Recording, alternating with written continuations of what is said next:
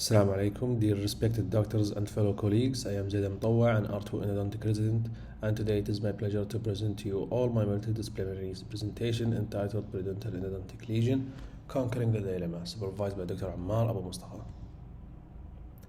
These are my key articles with impact factor from the most recent and updated article. These are my table of content. So I chose this topic is that periodontal endodontic lesion have been characterized by involvement of the pulp and periodontal disease in the same tooth, which may lead to complicate the diagnosis or cause a misdiagnosis. In a study that was published in Saudi Arabia in 2022 by Siddiqui et al. Regarding the knowledge of such condition, out of 773 participants, 53% knew the Simon classification and only 77% knew the management, leaving almost 20% to be mistreated. This lesion cannot be viewed as independent entities.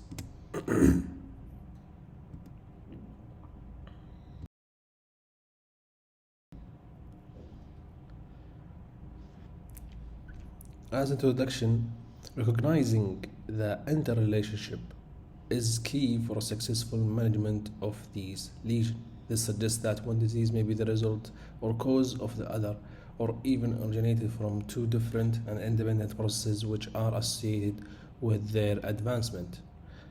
The pathways for the spread of bacteria between pulpal and periodontal tissue are still subject to controversy. The apical foramen is the main access route between the pulp and the periodontium, not excluding the lateral and coronary accessory canals.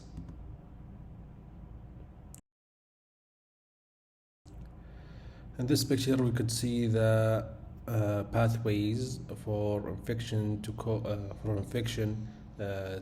form periodontal lesion. A is bacteria that emerges from the pulp, and B from the periodontitis or periodontium into the pulp, and C where combined agent could happen, where they meet together. And several authors, through their studies, diverged contamination routes. Roback and Mitchell suggested that the periodontal disease may affect pulp health when the accessory canal exposure occurs.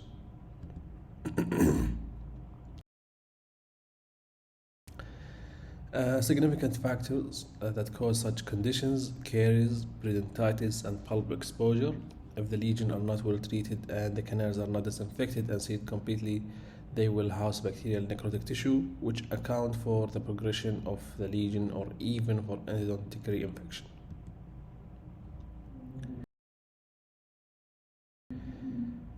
For the classification of perioendo lesion,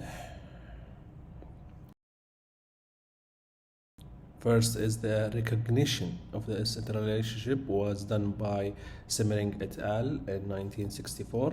He said in his conclusion, this combined pulpo-periodontal therapy was based upon the rationale that these cases resisted expert periodontal therapy because they were affected by a retrograde periodontitis.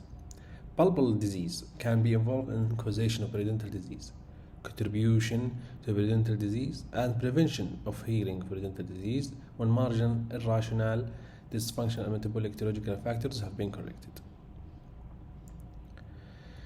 And in 1972, classification by Simon et al. That was based on the possible etiology, diagnosis, and prognosis of the treatment. And in 1996, Trubin-Jad and Trop introduced their own classification based on the origin of the periodontal pocket.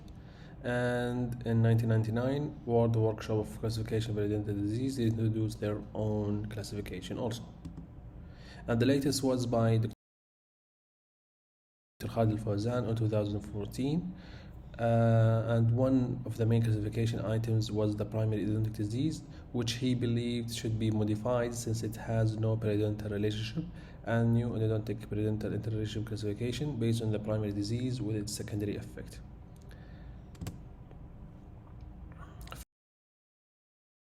First, the retrograde periodontal disease, that's categorized into primary endodontic lesion with drainage through periodontal ligament and with periodontal involvement.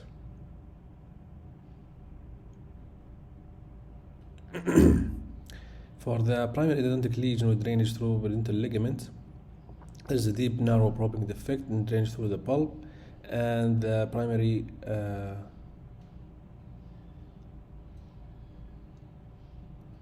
endodontic lesion with secondary periodontal involvement, more extensive periodontal pocket and deposit of plaque.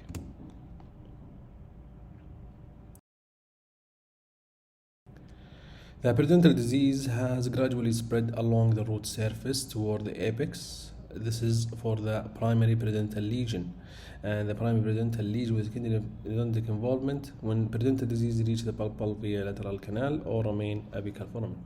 Combined lesion is a necrotic or infected root canal system coexisting with a coexisting periodontal defect.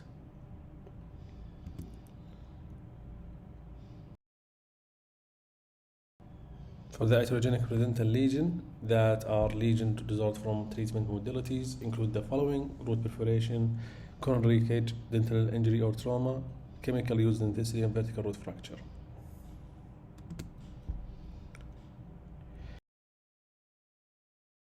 As for the diagnosis,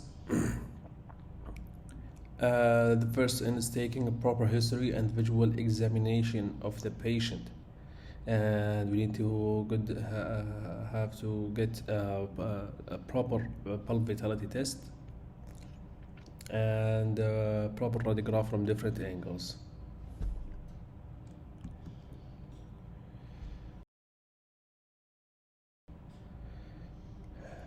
As for the diagnosis of such lesions, first the retrograde periodontal disease. In these, the vitality could be irreversible partitis or necrotic depending on the tooth. Usually in multi-rooted teeth, it could be partial necrotic, so a reversible partitis response may occur. The pain usually sharp, lingering, dull in chronic cases, or no response at all. And sinus tract are mostly present. For the primary periodontal lesion with secondary endodontic involvement, the tooth is usually necrotic. Pain is dull, sharp, only in acute periodontal abscess, and the sinus tract is usually at the lateral aspect of the root.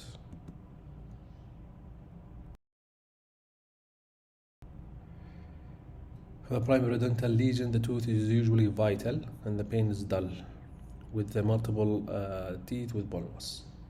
And through combined, usually the tooth is necrotic, dull pain mimicking vertical root fracture.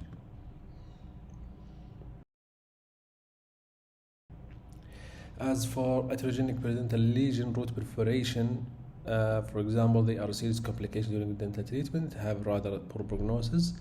When these occur, there will be communication between the root canal system and either periradicular tissue or the oral cavity with the reduced prognosis of the treatment and the site of perforation and the inflammatory reaction of the periodontal ligament forming a lesion.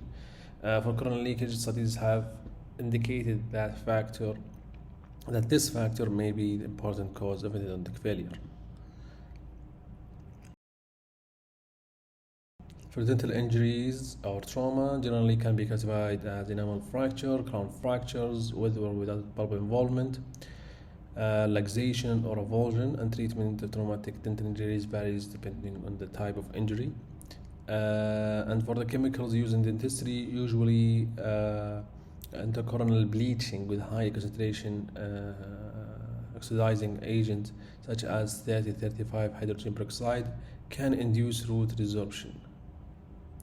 Replacement resorption or necrosis occurs following extensive necrosis of the periodontal ligament with the formation of bone into the denuded area of the root surface. As a vertical root fracture, they are caused by trauma and have been reported in both vital and non-vital teeth. The most common cause excessive force during lateral condensation of the getaperca.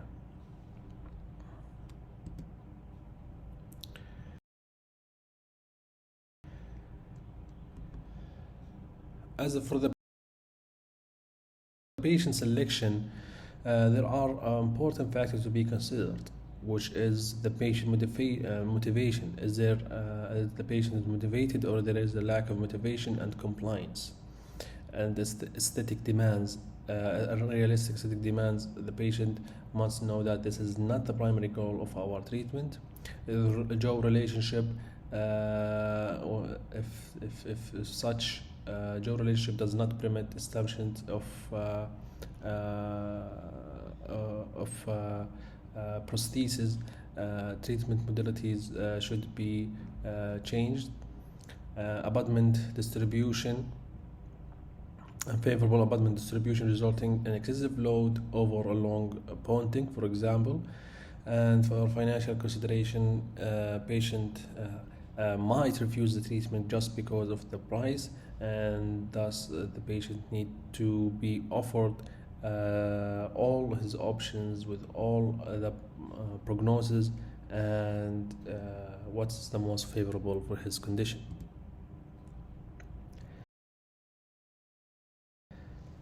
In 2017, American Association of Endodontic, they published the treatment options for compromised tooth. The prognosis of such teeth, they subcategorized them into favorable, questionable, and unfavorable. For the questionable, moderate periodontal disease, isolated periodontal probing defect, the tooth exhibit pulp necrosis or moderate bone loss.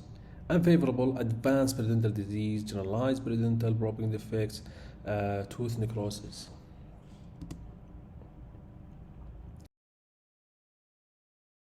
As our treatment options, we have conventional treatment and alternative treatment. Our conventional will be non-surgical root canal treatment, the deep scaling root planning, tooth for the tooth that is considered hopeless when after 2 to 3 months and there is no resolution of the lesion, we can go to alternative treatment or extraction.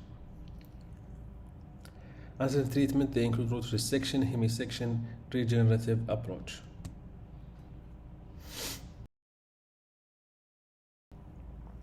The concept of guided tissue regeneration and guided bone regeneration have been used to promote bone healing after endodontic surgery. The quality and quantity of regenerated bone were superior with adjunctive use of the membrane than without such use. As we can see here, the success rate or the prognosis of such treatment with and without this regenerative approach could differ and increase our success by a huge margin, where without there is only 27 to 37% success rate, and with there is a 77% to be to have a good prognosis.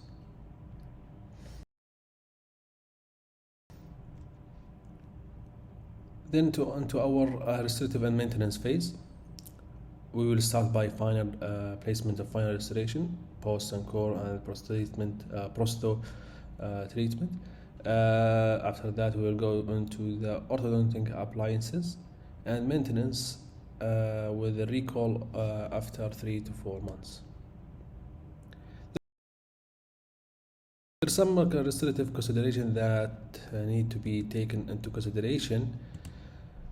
The American Association of Endodontic White Paper on Treatment Standard indicated that placement of undefinitive coronal restoration must be considered part of the root filling process to prevent recontamination. A study looking at the restorative and endodontic treatment quality between 2 Canadian populations found that teeth with adequate root filling and inadequate restoration had 3 times the odds of risk of developing apical periodontitis than those with both adequate root filling and coronal restoration. This means that coronal restoration is at least as important as technically quality of the endodontic treatment underlying it. For the orthodontic consideration, orthodontic forces are so light that they do not affect the tissue and cell phenomena that are proper to apical and periapical repair. No evidence in the literature indicates that tooth movement may be detrimental to the repair of apical and periapical tissue, which include bone. There was no significant difference in amount of severity of external root resorption during orthodontic movement between root-filled teeth and their contralateral healthy controls. The relationship between endodontist and orthodontist should be constructive and collaborative. If orthodontic movement is applied immediately and endodontic treatment fails, failure should be assigned to technical limitation of all specialties, including endodontics, and not the fact that the tooth was moved.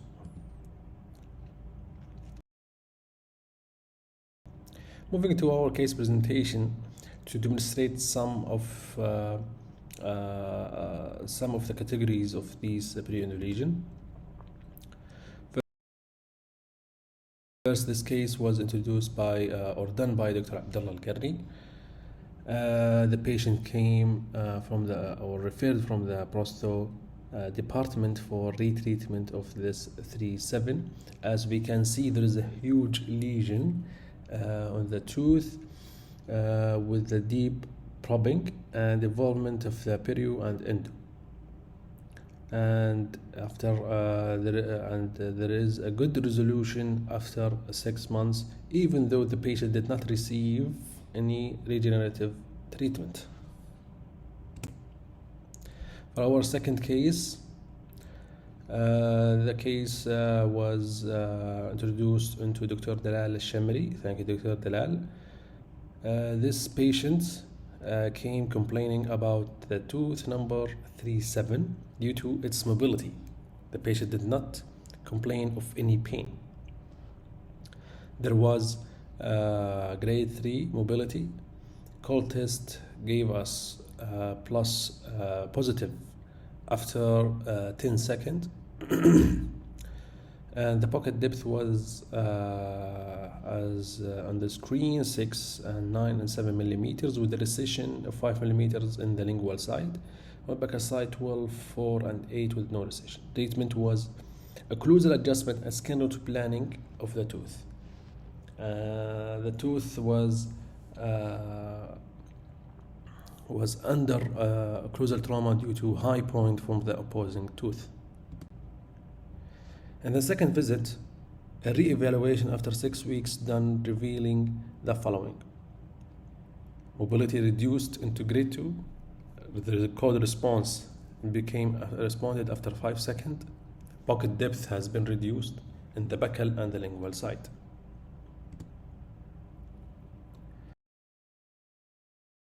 Thank you, Dr. Dalal and Dr. Abdullah Al-Karni, for your contribution. In conclusion,